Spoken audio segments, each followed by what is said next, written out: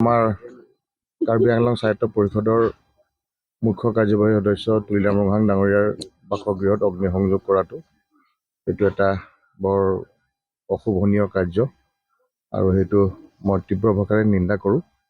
আৰু মই ভাবোঁ যে কোনো হিংসাই কোনো সমস্যাৰ সমাধান নহয়। আলোচনা বিলোচনা কৰি যিকোনো সমস্যাৰ সমাধান আমি পাব পাৰোঁ। আৰু আমাৰ আগ্ৰহ থাকিব যে কোনোৱে যাতে হিংসাৰ পন্থা হাতত নলয় আৰু সুন্দৰভাৱে আলোচনাৰ মাজলৈ আহে, আলোচনা কৰি আমাৰ এই সমস্যাবিলাক সমাধান কৰিব লাগে। মুখ্যমন্ত্ৰী ডাঙৰীয়া যোৱাকালি সুন্দৰভাৱে বক্তব্য ৰাখিছে। মই ভাবোঁ তাৰপিছত আৰু আমাৰ কোৱাৰ কোনো প্ৰয়োজন আছে বুলি এই বিষয়ত নাভাবোঁ।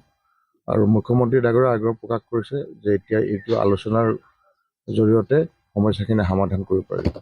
কাৰ্বি আংলং অট'নমাছ কাউন্সিলৰ CM তুলিৰাম ৰভাং ডাঙৰীয়া, মুখ্যমন্ত্ৰী শ্ৰদ্ধাৰ ডক্টৰ হিমন্ত বিশ্ব শৰ্মা ডাঙৰীয়া আৰু যিসকল আন্দোলনকাৰী সকলোৰে নেতাসকলে মিলি আলোচনাত বহক, বহি পেলাই কি সমস্যা আছে সেইখিনিৰ ওপৰত বিতংভাৱে আলোচনা কৰক।